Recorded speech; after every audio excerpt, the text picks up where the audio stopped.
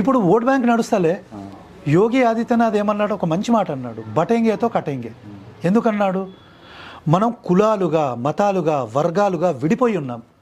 వీడేం చేస్తాడంటే మనల్ని విడగొట్టుకొని ఓట్లు వేసుకుంటాడు.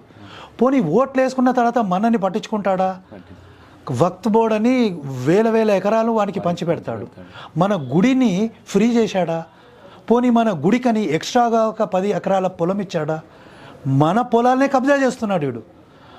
అంటే హిందువులు గమనించుకోవాలి, ఇది మనని విడగొడతాడు. మళ్ళీ ఆడు ఉదయనిధి స్టాలిన్ ఏమంటాడు, సనాతన ధర్మం డెంగ్యూ, మలేరియా. అదే ఇస్లాం గురించి చెప్పగలడాడు? వాడి తల ఉంటుందా మెడ మీద? అంటే హిందువులు సాఫ్ట్ కాబట్టి ఏదైనా తిట్టొచ్చు, కానీ హిందువులలో కూడా చైతన్యం వస్తుంది. అందుకే ఇప్పుడు ఇమాజిన్ చేయండి, ఇంకో మాట కూడా అన్నాడు యోగి.